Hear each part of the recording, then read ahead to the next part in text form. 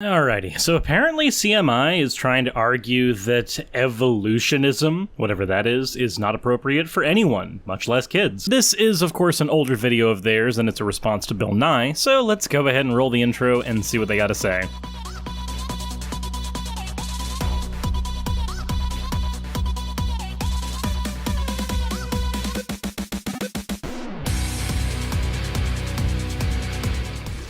So, if you're new here, go ahead and hit the subscribe button if you enjoy the content, and hit the bell notification icon, and maybe the YouTube overlords will actually let you know whenever new videos come out. Till then, we're gonna go ahead and get into the fan art section. So, first we have me kicking Shock of God's Bike by Wombologist, a sketch from Baphomet, and then finally a finished piece from Ichicus. As always, everyone, thank you for your fan art submissions, and let's get right into the video.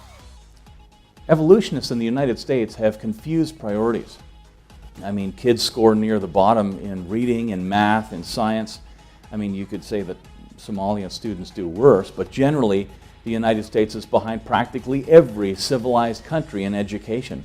Okay, but why is that? Is there a potential marker we can look at to determine why the United States suffers so much in education? Well, the first issue is that whenever you're talking about the United States education system, you're committing a bit of a scope error. You see, in the US, states are individually allowed to mandate different things about their education system. This means that the education you receive in a southern rural state is going to be a lot different than the education you receive in a more northern industrialized state. There are some benefits to this and some negatives. One of the benefits is that there's a cultural significance to your education system. Everything's not going to be cut and dry. When you receive a southern education, you'll know it. The flip side of that, though, is that there are some states that have politicians that desperately want to insert religious literature into our school curriculums. They're allowed to fight to do this regardless of certain federal mandates because, well, states can control their own education systems. One of the other severe problems we have in the United States is that our education systems are funded by property taxes. This means that any students living in poor economic conditions will be receiving an education that is funded by those poor economic conditions. The end result of this is that people find themselves stuck in the cycle of poverty generationally. If you want a broad version of this problem, it's basically that the United States regions of education have to mostly fend for themselves. But they have to fend for themselves in a really awkward place where there are federal standardized tests that they have to deal with. Certain policies like No Child Left Behind ended up really screwing over our education system because there are people with different special needs in education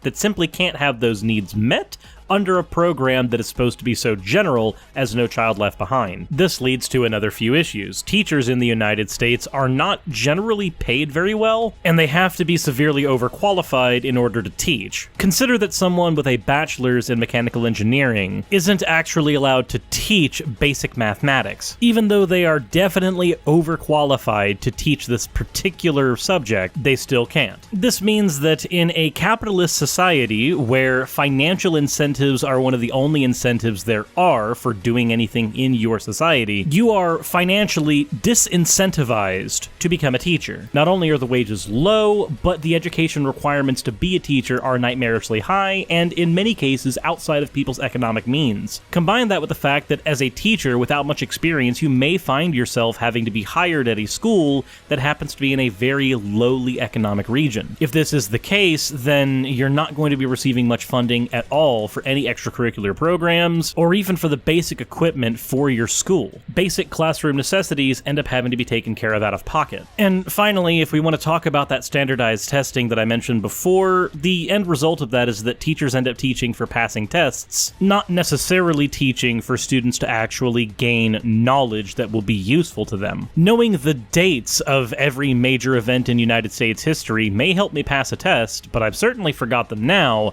and if I'm not actually being told to focus on the lessons learned from those historical events, then there really was no purpose in me gaining that historical education. I've earned nothing from it except the ability to pass a test. This is because, unfortunately, the United States education system was built in order to bring people into the Industrial Revolution and work in factories. If you can memorize a bunch of bullet points and then spout them back out to your boss, then you'll likely not get fired in a factory. Now, whether these actually translate into useful skills until societally, that has slowly started to seem that that's not the case anymore. I've rambled on about a lot of the different reasons that our education system is not that great compared to other countries that are as developed as us, but let's see what reasons CMI gives. People still send their kids to school, and that's largely because they don't know anything else to do with their kids.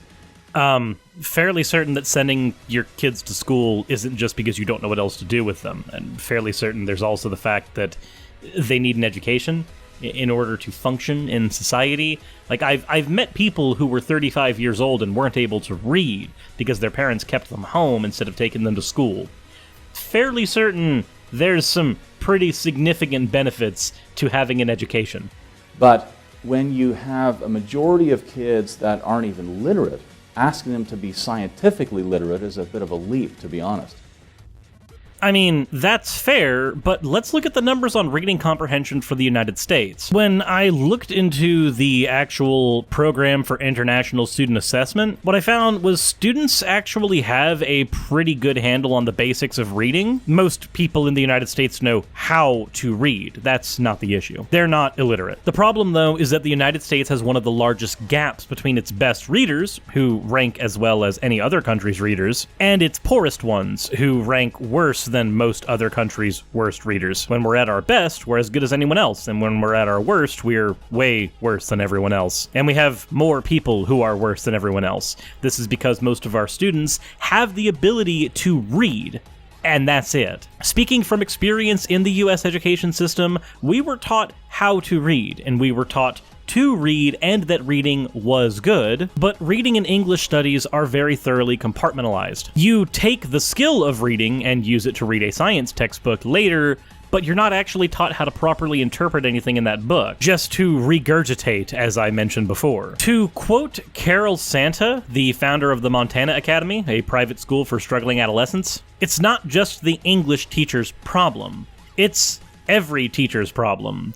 It's not just teaching the content, it's teaching kids how to read, study, and learn the content." And to quote another Florida educator from FSU, "The emphasis needs to become how to read your social studies book, your science book, and other informational texts. When kids know how to read informational texts, they learn how to learn more." If you've ever taken a course on statistics, you actually get a little bit of what I'm talking about here, where you're given tables of data and you're asked to try to make that data tell a story. You were probably asked, what can we infer from the data? Asking what we can infer about a particular bit of data that's been put across from us is a question that is usually only asked in the English class when you're asked, what do you think an author meant when they wrote a particular work? Hopefully you guys can see the problem here. Your reading comprehension in the United States is treated as a compartmentalized skill next to math and science, when it should be treated as a tertiary skill, a skill that literally allows you to flourish in both math and science better. Just consider how many students have an issue with word problems. Reading comprehension isn't so good past the basics in the US. So it's not that students are illiterate. They are. The problem is that in the United States, we don't teach people how to pull information out of a text as opposed to just reading a text. An evolutionist himself said that most of biology proceeds independent of the theory of evolution. So why is this the issue that scientists want to push? Historically speaking, evolution is only pushed so hard because it is pushed against by people like you. People like the hosts at Creation Ministries International seem to have this idea that the fact of evolution is a threat to their theological worldview. Whether or not this is the case, this has caused them to rail against evolution so hard that biologists end up having no choice but to bloody their knuckles against creationists. This is very much a you problem. I mean, isn't being able to do sums a little higher on the list of things that will be of practical benefit to Johnny? It's like worrying about the window dressings on your house when the foundation is crumbling. Yes, but you do realize that there's nothing about teaching the theory of evolution that says that we can't also work on that foundation. You seem to be attacking a straw man. Some people say it's not possible to explain the world without evolution in billions of years.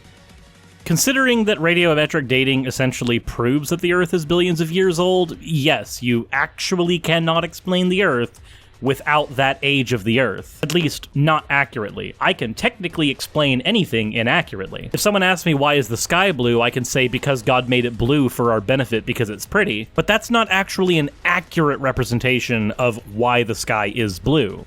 And my response generally is, have you tried? Really, have you tried? When you're stuck with an evolutionary worldview, it's very complicated to explain things like, well, we have placental mammals and marsupial mammals that look nearly identical to one another, but they're not supposed to be closely related. And it turns out that those things actually can be very easily explained. It might be complicated to explain, but the world is not an uncomplicated thing. Ancestors of modern marsupials split off from placental mammals in the mid-Jurassic period. The reason that they look so similar is because they have a common ancestor, but they split off a very long time ago. Their common ancestor was the Therian mammal. That wasn't very hard to explain, but it is a little bit complicated unless you have a basic understanding of biological hierarchies. Dinosaurs are supposed to have died 70 million years ago, but we find bones with unfossilized tissue still there. So, I don't think I need to go into this because this is the Mary Schweitzer shtick. Mary herself was actually a young Earth creationist for years before actually being given all the information about evolution. She's the paleontologist that discovered the collagen formations in bones that young Earth creationists have been using to say that we found evidence that these dinosaurs died only a few thousand years ago. The person who discovered this themselves denies that claim. She even specifically pointed out that when she sat in on Jack Homer's class about evolution and paleontology, she went in with the sole purpose of discrediting him and showing that he was wrong about evolution, and then came out with egg on her face. That was over 30 years ago. She's still a Christian, she just accepts that the world itself is a lot older than young Earth creationists tried to convince her, and again, she is the person who discovered the collagen that young Earth creationists like the host at CMI try to use in order to argue that dinosaurs were definitely young, not millions of years old. When you try to use someone's work to make a point, and the person who made that work actively disagrees with you, maybe, just maybe, you're incredibly wrong. Sure, animals change with each new generation, but the types of changes that are observed will never amount to the kind of change that evolution requires, even given millions of years.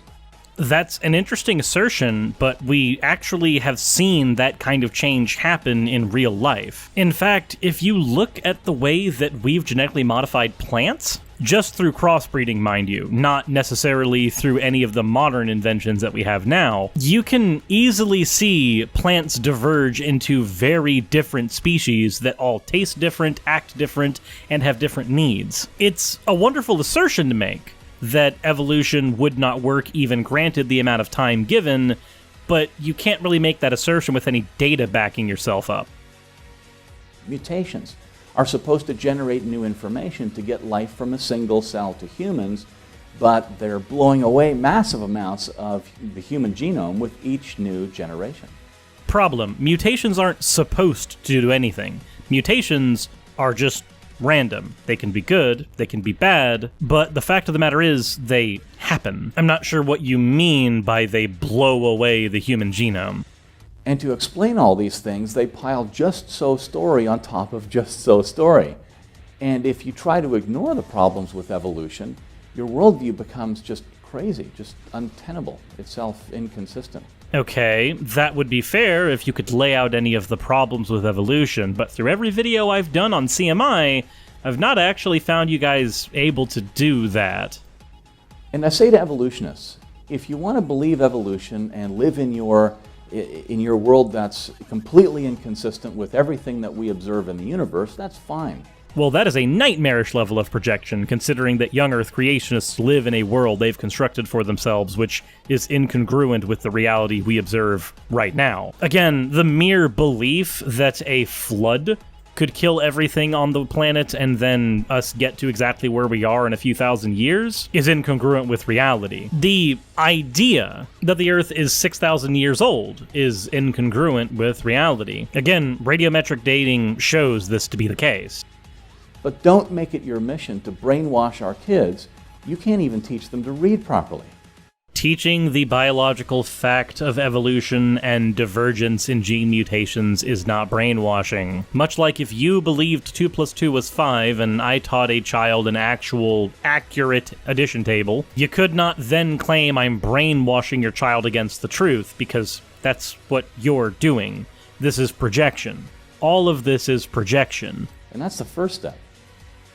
We need we need engineers that can build stuff and solve problems by examining both sides of an issue rather than attempting to suppress or censor all the evidence for a worldview that they're uncomfortable with.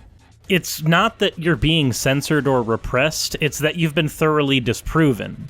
This is an awkward thing that I hear a lot from people, especially from Nazis. I'm not saying CMI are Nazis, by the way. But they'll claim that they're being persecuted and censored when their ideas that have been thoroughly debunked are repackaged for the 7 billionth time in a desperate attempt for relevancy. You're not being censored, you've lost, and your death rattles are hilarious. Most Christian students are taught evolution and allowed to examine the science against it. No, they're not, especially if we're talking the version of evolution taught by Abeka literature.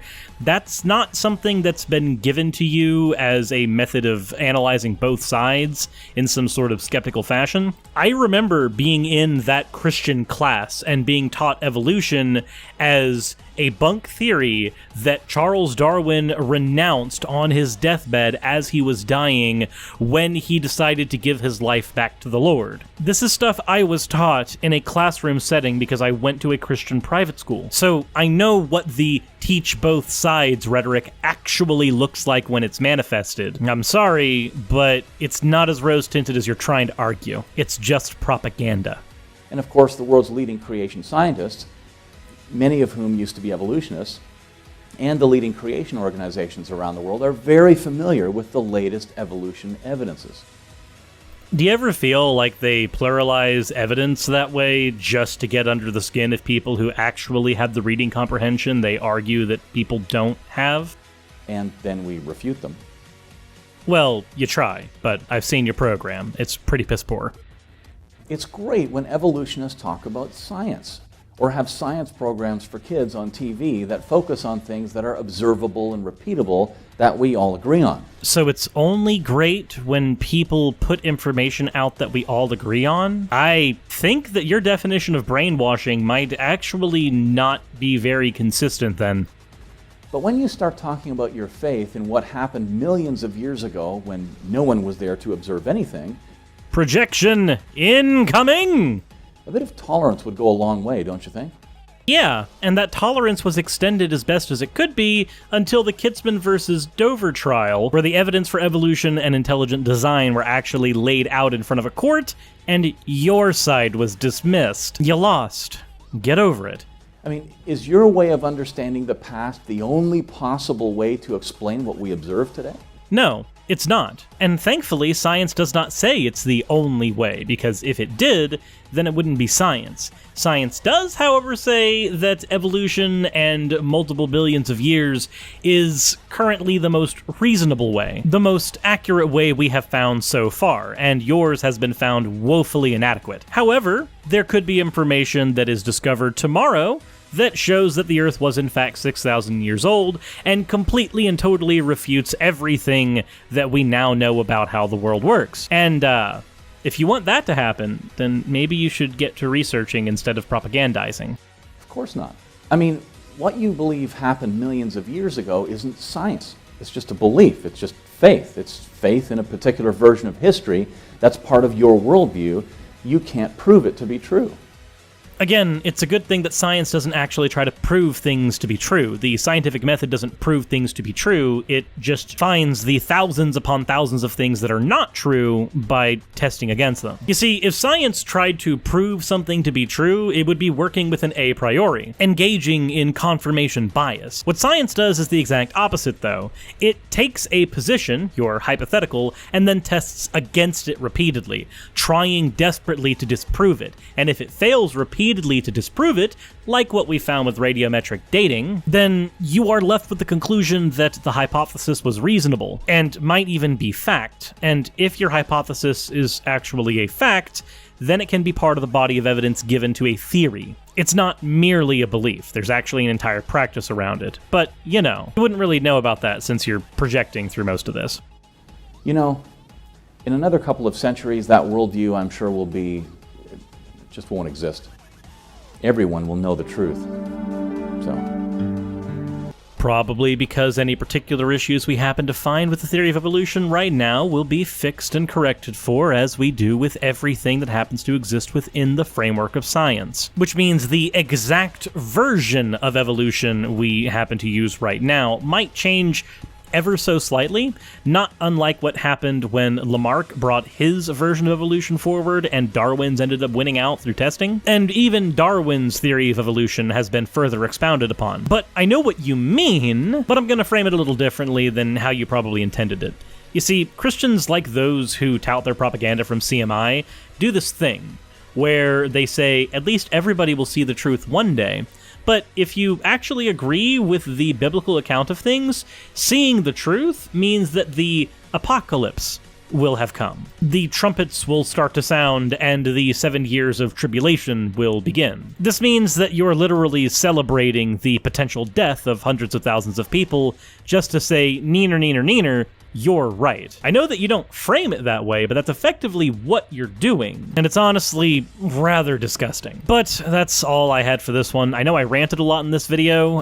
That's because there was a lot of stuff about the US education system I wanted to get into. Sorry if any of those parts dragged on for terribly too long. If you are at this point of the video, you are seeing the patrons pop up. I want to go ahead and thank all my patrons for, doing the thing that allows me to eat and function in a house. Gotta fix plumbing stuff now, which is not going to be fun, and then I've got to fix the blinkers in the car, which is also not going to be fun, but none of that truly matters, because one day the apocalypse is going to be here, and, well, when that happens, I guess I'm just going to know the truth, and die, and burn, and all that other fun stuff they fetishize. Anyway, as always everyone, insert end of video tagline here.